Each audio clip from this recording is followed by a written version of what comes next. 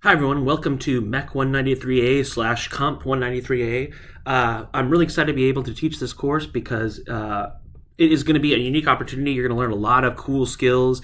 We're going to really reinforce some of the skills that you probably had in terms of programming, but one of the most critical skills that you could have as an engineer is the ability to program effectively, in particular to solve problems, to model systems, and also to work with hard data sets. So in this course, we are going to start off with some fundamentals of programming, and then we're going to use Mathematica as our programming language in this course.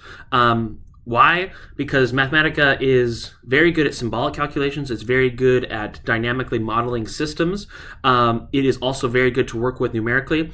MATLAB is the powerhouse when it comes to numerical calculations, but it really struggles with symbolic calculations.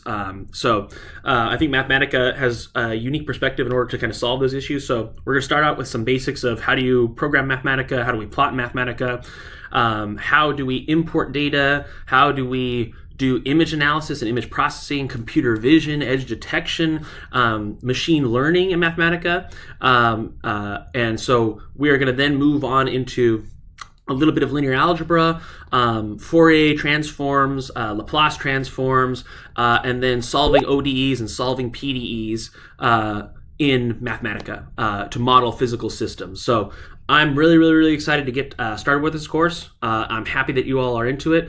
And so let's go ahead and start off, and we will open our first of not too many Mathematica notebooks, but some Mathematica notebooks, and then we can kind of start our journey on MECH193A. So it's a really exciting course. I am very grateful to be able to teach this. So let's get into it for the next video. All right, I'll see you then. Thanks. Bye.